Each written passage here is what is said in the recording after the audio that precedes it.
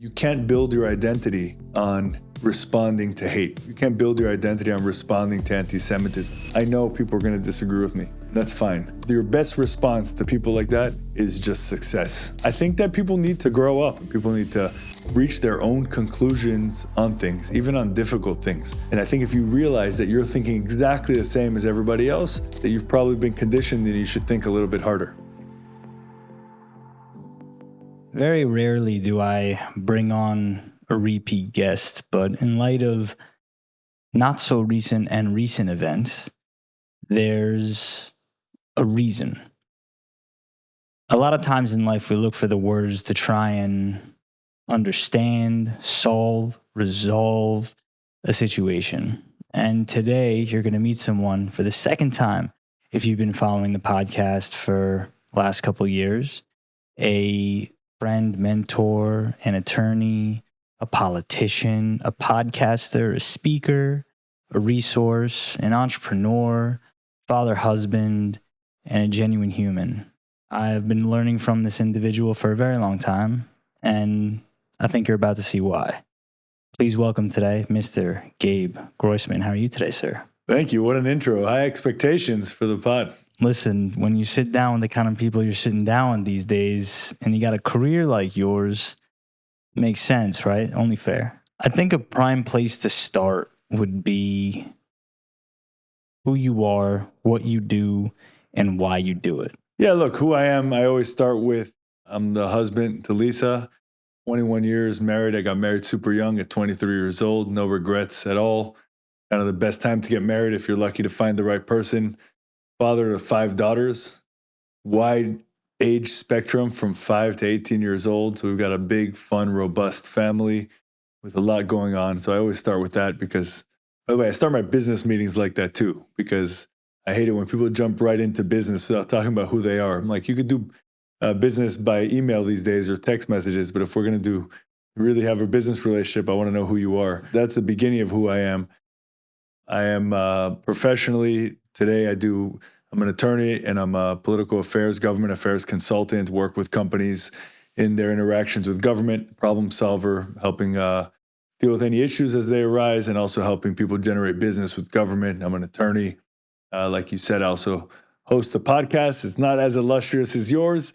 It's a political podcast standpoint where we sit down with elected officials, almost all elected officials on a weekly basis, from U.S. senators to members of Congress to governors, former prime ministers of certain countries, just really trying to deep dive into what's happening that week in politics, get beyond the headlines, which I think everybody's sick of, and a little bit of everything else. I'm very involved as a active participant in the Jewish community, fighting against anti-Semitism, fighting for the strengthening of the Jewish people all over the world, in support also of the state of Israel, the Jewish homeland.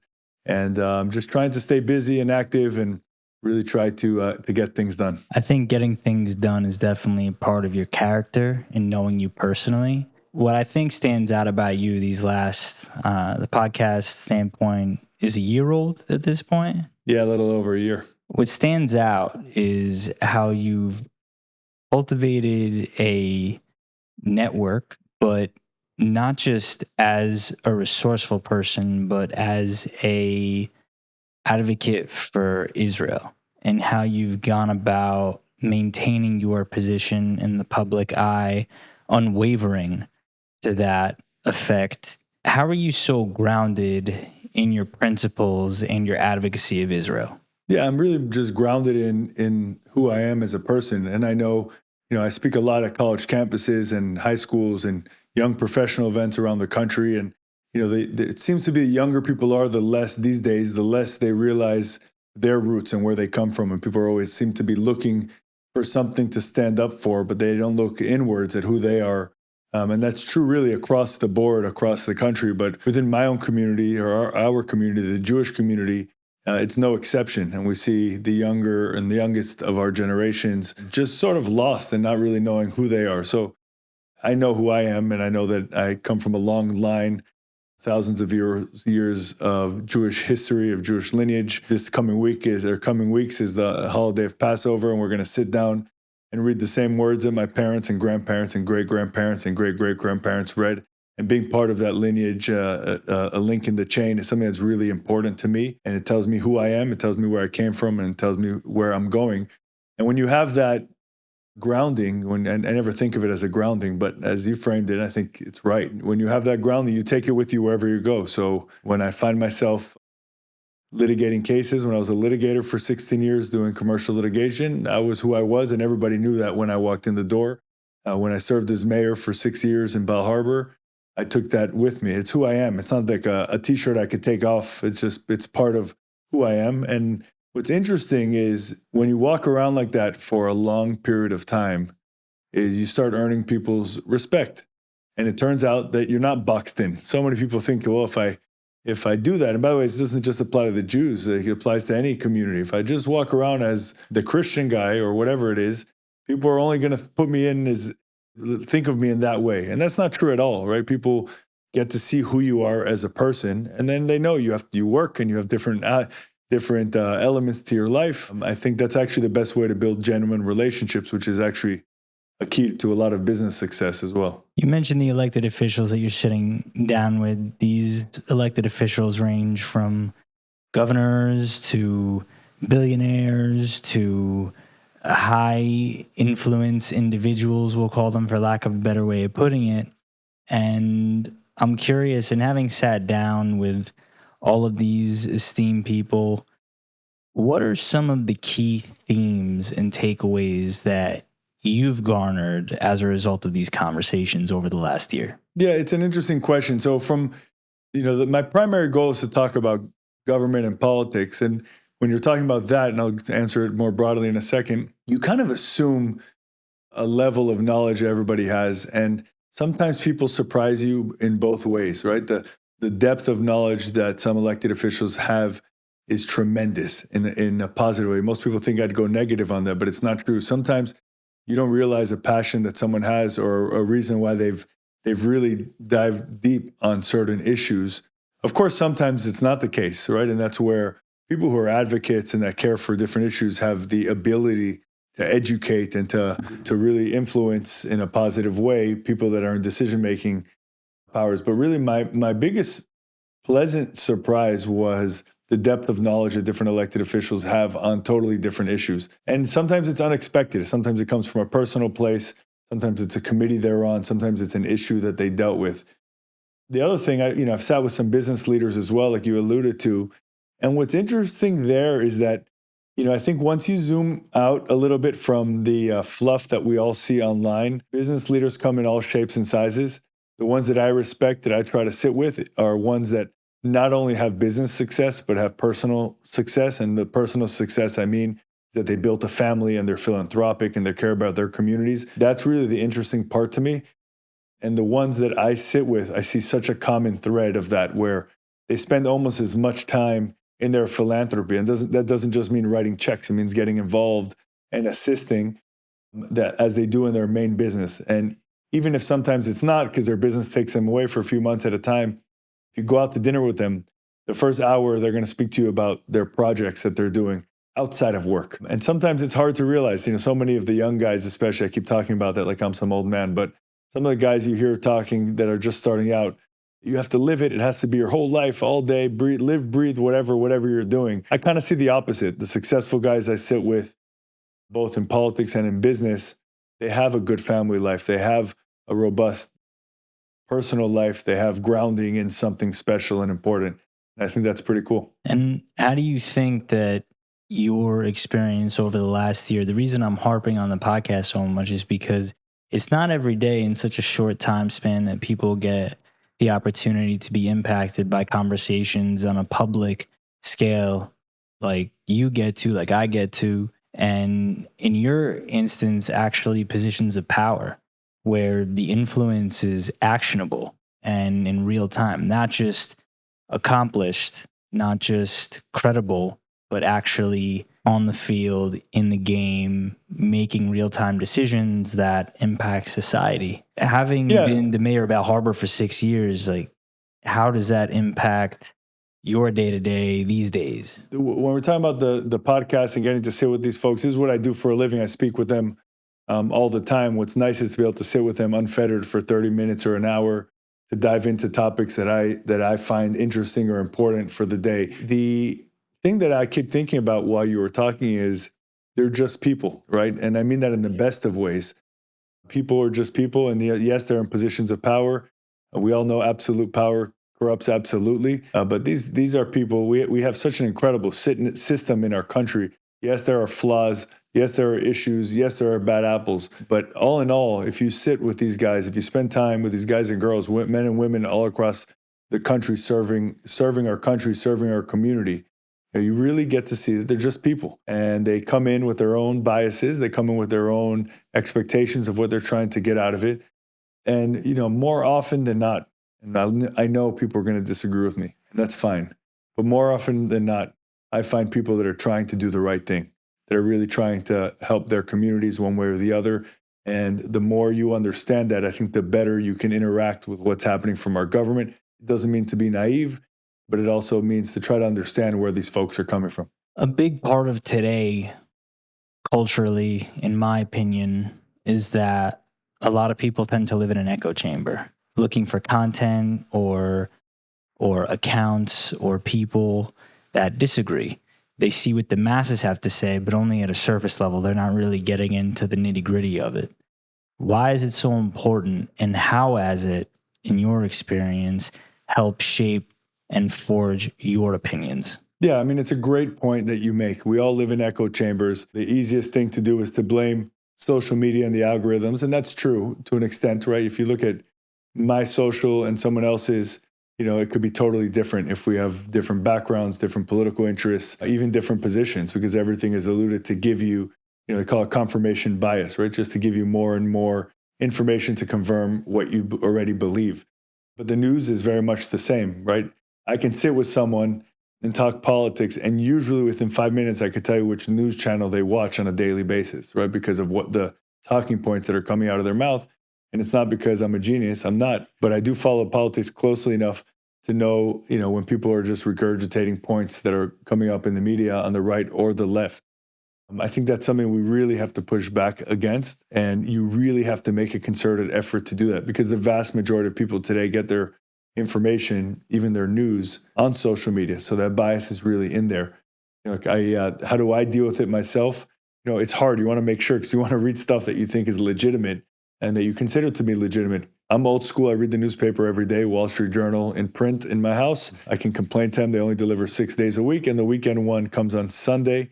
It should come on Saturday. It would be a better day for me to read the weekend paper. Read that every morning, put on the news. Yes, I watch mostly Fox News, but I do flip throughout the day to CNN in the afternoon to hear what they're saying. MSNBC is impossible. Trying to understand what other folks are saying. I subscribe to the New York Times on my phone to try to read when we're talking about big issues, to go up and find what they're saying. What are their positions?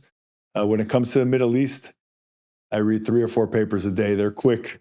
There's not so many articles when it comes to Israel in particular and the war, or at least articles that really matter or that I think matter. When you do that every day, and by the way, it doesn't take so much time, but when you do that, you start seeing the biases and you start seeing the divides and you start understanding the divides.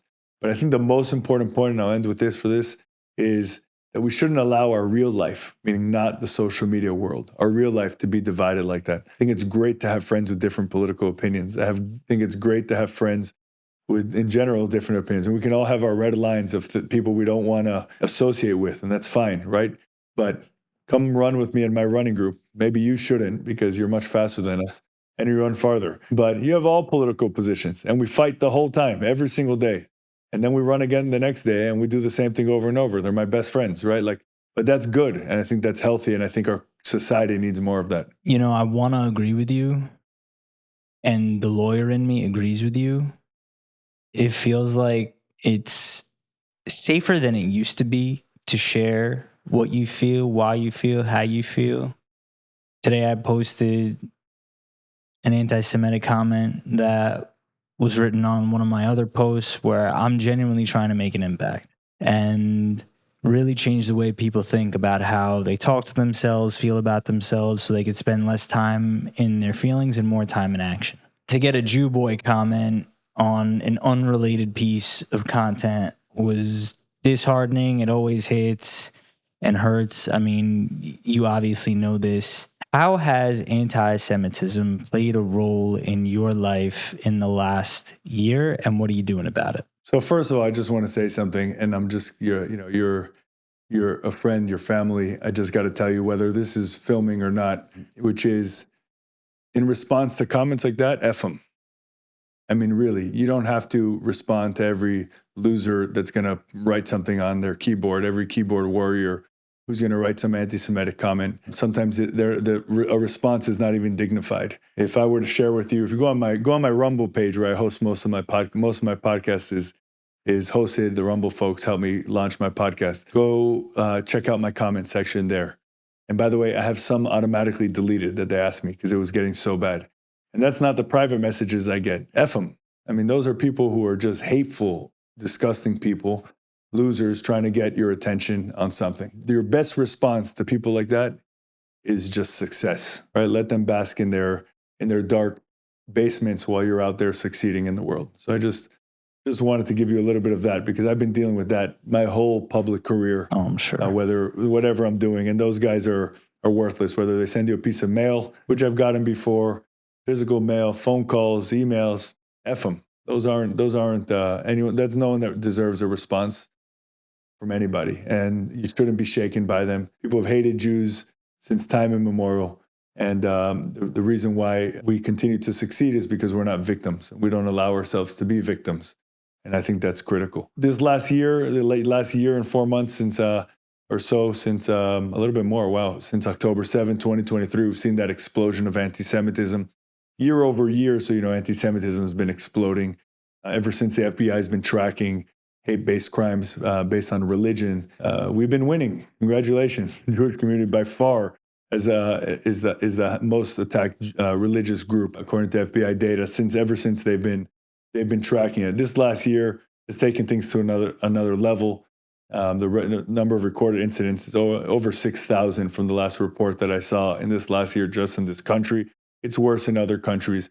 But again, if you try to marry that with my last comment, that we're victims to nobody, I think that's the way we must respond. And that's the way I try to respond. It's a hard balance because you have to be honest about it, right? You have to be honest about the attacks. If you're on the left, you have to be honest about the institutions that you thought you were a part of, the institutions that you stood with, and the programs that you stood with for all these years, whether you stood with Black Lives Matter or Stop Asian Hate or, enter the disadvantaged group here. When it was your turn, nobody stood with you. Like, that's a reality. Or, many in politics, the political left, is not standing with the Jewish community today. It's just a reality. It's just a reality. Now, someone's going to scream out, what about Fetterman and Richie Torres and Josh Gottheimer? Yes, there are some good ones. Absolutely. It's not an absolute comment, but it doesn't take away from the fact that the left in the Democratic Party, and if not now more of the center, is moving away from protecting the Jewish community. I know it's not a political podcast, but it's real. And I think that it's important to be real. I think after October 7th, the world, the Western world, owes it to ourselves to be honest about things. And then we can have real discussions, right? Because if we live in a world that we dream up, then we're never going to come up with any real solutions. First, we have to identify the good, bad, and the ugly, and then we've got to attack it. That's what I've been doing. I know it's a long answer, but I've been working on a million different initiatives in the last year combating anti-Semitism on legislation, working with law firms, doing some cases to help protect the Jewish community, to go after the Associated Press for hiring a Hamas-affiliated photographer. That case is pending in federal court in Florida, and just working on as much as I can on every issue, just like so many of us, just like you, I'm sure as well. I think a big part of it is a lot of people don't have the words. Like, you have the words, like I'm fly with my words.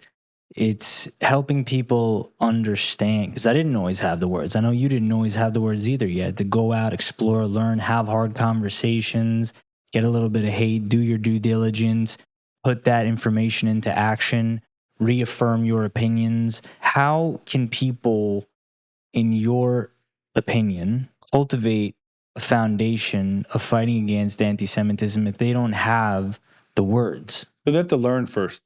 It's a part that everybody's skipping these days, right? Like, you have to read books, you have to read articles, I'm not smarter than the next guy. I just spend the time reading about things that I care about, and that gives you the words, and it gives you the confidence to understand issues at depth and to be able to have real discussions. I mean, we can start with just getting off of social media for your news. Go on social media to see pictures of your friends at parties and whatever else is interesting to you. But that's not the place you should be getting your news, right? Not even the WhatsApp groups that now people are on, that they get these little alerts. Read actual newspapers. It could be online, but you can't skip that step.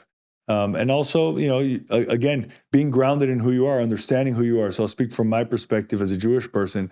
I've been in the last several years, and in particular in the last few months, to be honest with you, even in learning more, trying to learn more about who I am and what it means to be Jewish, and learning Jewish texts, and increasing in my connectivity to my religion and to my people.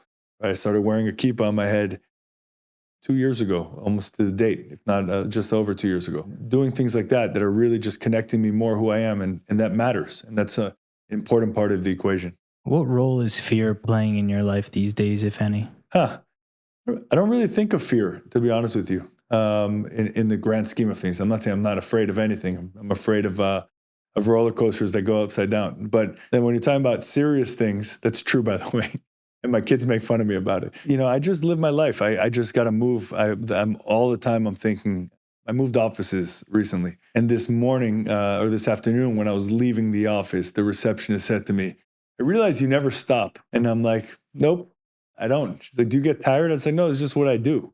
Right? I'm always just moving on to the next thing, pushing, trying to complete things and moving on. I'm not really afraid. I'm definitely not afraid at all of the anti-Semitism from a personal perspective here in the United States at all. And I make that caveat. I think there's other places where it's really beyond, right? If I lived in France or Belgium or even England, I would probably have a different perspective. But here in the United States, I still feel safe. Even in the Northeast, even in the South, I go everywhere, and I'm publicly identifiable as a Jew. I have zero fear at all. Doesn't mean I don't have eyes on the back of my head. I always do, but I do that all the time anyways. But I don't live with fear. I live with fear of not doing something. I mean, that's something that really gets at me. Like, if I don't take on a project, is someone else going to do it? Is it going to be left undone? That's really just the way I look at things. And then in that same spirit, how are you cultivating courage? Again, things I don't think about so much. It's funny. I think I'm so focused on just getting the job done. I don't think about fear. I don't think about courage. When it comes to fighting anti-Semitism, the courage piece that comes up a bunch is, you're taking on this institution, or you're going to lose, or you're going to put on, establish bad case law if we're talking about legal things. I don't care. I think the fight is as important as winning. Right? Being able to put on a fight is what matters. So that's sort of the way I look at things. I don't think of fear or courage. I just get things done. And that's really, it sounds almost cliche, but it's just true. I just don't, I don't do the how you feeling much. I just try to do things. Hi, everyone. Welcome to Inside the Inspired. My name is Jonathan Cohen, and I have a quick favor to ask you. If you're getting any value out of this content, please take a second to subscribe to the channel. You help us reach more people, and you can also stay up to date with all the latest content coming your way. Thank you so much for tuning in. See, the reason that I'm talking about this is because a big part of my day, first thing in the morning, if the wind is barking and it's freezing out or raining like it was this morning, or like it has the last few months especially, and like you said, I like to run kind of far. I don't like to run kind of far. That's how I cultivate courage, and that's how I step into fear. And spending less time in your feelings and more time in action is a big part of the mission of this podcast, for people like yourself to help people who struggle with these emotions guide themselves to more effectively understand, if they don't want to dive into the data or read the books or have the hard conversations, to understand that this is how someone at this kind of level operates. They don't necessarily think about it. They just go. And almost like a blind naivete, but also with this immense passion behind something that they believe in. And I see it in you for all these years, where moment after moment, I mean, out of nowhere, you become the mayor of this awesome city in Bal Harbor, right? Of Bal Harbor. And now you're just going off to Israel. You're hanging out with all these people. You're inspiring and having impact on legislation. There's this crazy trajectory that your life has been on this last decade plus while managing a family and everything else at home. And I know because I get these questions all the time. And then I think of the mentors in my life that I've had, and obviously you're one of them, where it's how do you navigate difficult situations? That's a big theme here. So, being that the last year and a half since October 7th, you've been one of the louder voices and advocates for Israel on a global stage, boots on the ground, visiting the sites, making sure that you're bringing on the right voices and the people together, inspiring your community. It's a matter of helping people find those tools within themselves to navigate their hardship, to navigate their obstacles. And one of the biggest ones is that people don't necessarily have the words to fight back. I asked Lizzie Zavetsky about this. I've asked Natan Levy about this. I'm asking you about this because people are in a way concerned that they, in conversations that I've had, that they've been conditioned to think a certain way. And so how can people delineate between what they know to be true, that's core to their values, and what they've been conditioned to believe growing up? Yeah, so let me speak to two things that you mentioned. So, I do the same kind of things you do, just at a much lower level. Let's say I've done triathlons and some 2 marathons, lots of half marathons. Wake up early, do the same kind of routine you do. Maybe not as intense, definitely not as intense. But I'm also older than you, so I think with time, it usually tampers out. But the way I look I at keep all hearing of that, that. it does. Well, you just get tired, but then and also your body needs different things. So when you get to your 40s, your body needs a little bit more rest, a lot more stretching, those kind of things. But I'm glad to talk about that with you, on or off the air, whichever you like. But look, when I go through that routine, like I could think of this morning, for me, it's about grounding in a different sense. It's about my peace. My day is chaotic, right? From the second my kids are up in the house, and I'm going to discount one who's up at the same time I'm up, my 12-year-old. But the rest of them get up. Well, she gets up like at 5:30, which is crazy early for a kid, but it is what it is. The rest of them get up at about 6:45. That's when I turn on my dad. My dad switch from about 6:45, 6:50 till 7:30 till they're out the door. But every morning when I try to get up every morning at 5 o'clock, and I have my cup of coffee, go outside, take a big deep breath. I do what now people call grounding, or I didn't really know that was a thing, but just kind of went outside barefoot with a cup of coffee. Really want to check the temperature, but just breathe a little bit, relax, and then go out and get a good workout in for an hour or so, whether it's running or lifting weights, which are the two things I'm doing these days. And then if my timing is right, do a little bit of sauna. My cold plunge has been broken for about 4 months right now, so I got to fix that. But that was part of the routine. After, despite whatever anyone says about the science, mentally, I love doing it after. All of that, then take my kids to school or to the bus.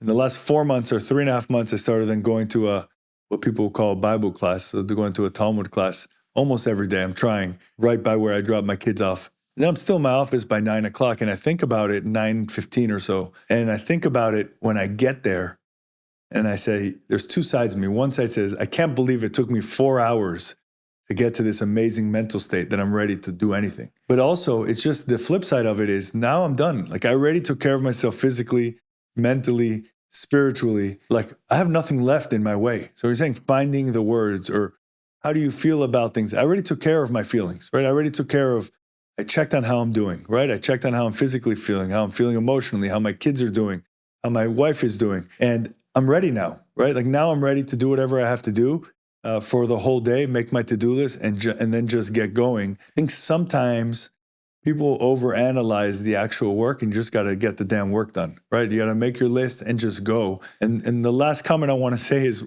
when it comes to leadership, and I know you speak about leadership a lot, some people say it's a lonely place, but I actually think there's a lot of room in the leadership level. Because most people do not want to be leaders. No, people don't want to be the chair of a board. People don't want to be CEO. They're much happier being number 2 or number 3 or number 4 and just getting by. So actually, once you make that push to lead on something, you'll see you have the space to do it, and it's pretty freeing. And so then the other piece that I wanted to cover is how do people know when they've been conditioned to think a certain way versus delineate their own values and opinions? Yeah, that's a hard question because, in a way, everyone's conditioned by their environment and what they learn, right? And people can make the argument, people who talk about being conditioned about how you think can say, well, Gabe, you were conditioned. You went to a Jewish day school and you've been married 20 something years and you go to an Orthodox synagogue and you studied as a lawyer and you were on this path. You were conditioned to be the way you are. In fact, people do make that argument. My family's from Latin America, from Argentina, and it was, Latin Jews think like that. Like they take it away from me. They depersonalize it. I think that people need to grow up. I mean, it's not nice, but I think people need to grow up and people need to reach their own conclusions on things, even on difficult things. And by the way, to many people on the Jewish far left, try to push against people like me and say, well, if you only knew the history of the Arabs in the area, or if you only knew this, I'm like, oh yeah, I know it. I've read their books, watched their movies, and I have my answers, right? I'm not afraid of challenges to things that to beliefs that I have. Are part of them things I've been conditioned to believe? Maybe there's an element to it, but no one else thinks like me, and I don't think like anyone else, right? That's, I think, the most important part. The thing that drives me absolutely insane, and maybe this is how someone will know if they're conditioned, to answer your question as I get there. Like Trump says, I'm weaving, but I'll get there. Is groupthink. Groupthink is my biggest pet peeve in today's society, where I can speak to 30 people and all 30 people will make the exact same argument and say the exact same thing. They've been fed that line, right? And that's true on the right and on the left. It's true here. It's true in Israel. True in Canada now that they're dealing with an election. It's true in the UK.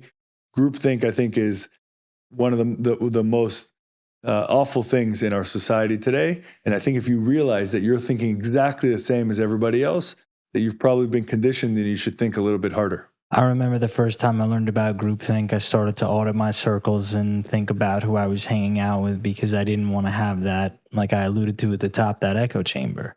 And I wanted to make sure that my opinion was rooted in actual facts and evidence so I could know what I'm talking about. I remember one time I was coming back. I've told this story before on the podcast, but I don't know if I've told it to you. I was coming back from the Hamptons with a group of friends. I was driving, and one of the girls from Australia makes a comment that she'd been, before October 7th, ironically, she was concerned, or had asked the question to the group. She's like, do you ever worry or think that maybe we've been conditioned to think things that we think since we were kids? And I remember it just came to me that my grandparents were, and their families were victimized, murdered in cold blood for no reason other than being Jewish. Virtue of just being Jewish. And like, I take that very personally. There's no reason to hate someone just because they exist. And the fact that Jewish people in general are persecuted for the mere fact that we exist is just the most heinous thing that I could think, to the point that when genocide comes up, it's just an embarrassing comparison compared to it. It goes against every grain of what I've been taught to believe in since I was a boy. It's always about doing the right thing, and murder in any capacity was never taught to be the right thing. It laid the foundation for why I went to go serve, to honor, not to kill. And that reputational just misnomer and abhorrent, just everything about it sucks. And I think that the conversations are starting to open up a little bit more than before, where people are more receptive than they used to be to having a back and forth. But I think it starts with listening to content like yours so people understand the right inputs, right? Some of the things we've talked about today. How do you know the right information that you're going to validate? How do you stand up for your opinions? How do you know you're not hanging out with the wrong people so you're in an echo chamber? How do you know that you stand for the things you think that you stand for? These are the tools that people can be armed with in order to have hard conversations that they may not necessarily be ready for, but are going to come their way regardless. I mean, you have a beautiful family. What are some of the values that you're imparting on them to help them distinguish between right, wrong, indifferent, and standing up for what they believe in? Think about being a parent for the last 5 years in our country, just as an American, and then as an American Jew. or Jewish American, however we want to play that game. First dealing with COVID, I'm talking about having an opportunity to sit with your family for a few months in the house, right? And being able to teach them what's important and teach them the importance of family and the importance of community and the importance of health, taking care of yourself, right? I mean, those were conversations we never thought we would ever have, which with our older kids transitioned into, and I was in politics at the time, I was mayor during that time. So transition into conversations with kids about the role of government. Never thought I'd have that conversation with my kids, right? But that's the conversation that everybody was having in our country in the fall of 2020. That's where we were. And then you sort of fast forward to October 7th and having conversations with all of my kids, even my 5-year-old, about what's happening, why they're coming after the Jewish people again, and the lessons that lead us to. And what I tell my kids isn't so different than what I tell people in the public. Maybe it's with a lot more emotion with my kids. And sometimes maybe the public listens more than my kids do, but that's just the nature of parenting. You can't build your identity on responding to hate. You can't build your identity on responding to anti-Semitism. Jews all over the world are awakened now because of the explosion of anti-Semitism. People who never thought of themselves as Jews were reminded by those who hate us. We all know to be the case, right? If they're going to come after you, they're going to come after us anyways. Even if you look at the Tree of Life shooting in the synagogue in Pittsburgh, it was a pretty progressive, left-wing, anti-Israel place, and they still went after them, right? They didn't get a free pass. The shooter still came in and actually said, I forgot exactly the terms, but I remember reading his terms. But he was going after all the Jews, and that's really an important thing, which is like, okay, this wakes you up, and you have to respond to it. You got to be strong. But second, that's not who you are, right? Who we are as a people. There's a whole beautiful side to it, right? It's not just the target. Sure, there's a target, but that's not what defines us, right? What defines us is our history and our values and our Torah, our Bible, and how we live our lives and how we raise our families. And those are important and big conversations to have with your kids. And I'm seeing it now translate with my oldest daughter, who's 18, and sort of how she's looking at life moving forward. And she's still processing that and trying to figure out what she's going to do. She has a plan for the next few years, but sort of seeing her put those lessons together and build her own opinions. And it's funny, I push back against my teenagers a little bit when they say things, they parrot what I say on politics, and I challenge them, and it drives them crazy. I'll say, what do you mean? Give me 3 reasons. And they want to kill me because they're like, wait, this is what you said. I go, I know, but I have 30 reasons for why I said that. Why did you say that? And, try to help them think through things and push. And that's all that is fine as long as you give them the grounding of who they are. And that's really, really important to me. That alone might be the most important part of this episode, where you're an individual that has his own opinions, but you make it a point. It just encapsulates why I wanted you back on, because of that very reason, not to have your children articulate your points or to substantiate them with the 30 plus reasons that you have and know why and what you believe, but for them to understand and question their beliefs to make sure that it is what they believe. And maybe they'll have a 31st reason, or maybe they'll have a bunch of reasons why they don't. And then they'll come up with an even better reason why they do. And for me, that is the most important element, where you are raising people. And when you advocate for Israel, it's about offering, or anything that you've advocated for, in my experience of knowing you, that it's about making sure people know what they stand for. And a big part of being a self-aware individual is knowing what and why you stand for it. Because when it comes to being rooted in your values, if you're questioning why you stand for what you stand for, you'll fall for anything. People will be able to undermine you, and you won't be able to trust your intuition, and you won't be able to curate effective opinions. You won't be able to synthesize what the other person is saying. You won't be able to process effectively, and that's going to undermine your ability to make an impact ultimately. So making sure, like you were just saying, that you challenge your own beliefs, but also raising people, quality people, to not just parrot what you're saying, but to take another step in their consciousness and discover for themselves who they are based on what they believe, that's going to dictate their actions. Gabe, I always love talking to you, man. I learn so much every single time, and it's so good to see all the growth that your podcast, your community, and your practice is seeing and has seen over the last year. There's a question that, as you know, I pose to all my guests. I'm pretty sure I posed it to you, but we'll do it one more time for the sake of tradition. If the future version of you from 10 years from now were to fly in and offer you some advice in order to get there, what do you think he would say to you? Probably tell me to chill out, that everything's going to work out. That's my biggest thing is being able to have that balance. And it's not because I'm an overachiever, because I'm really not.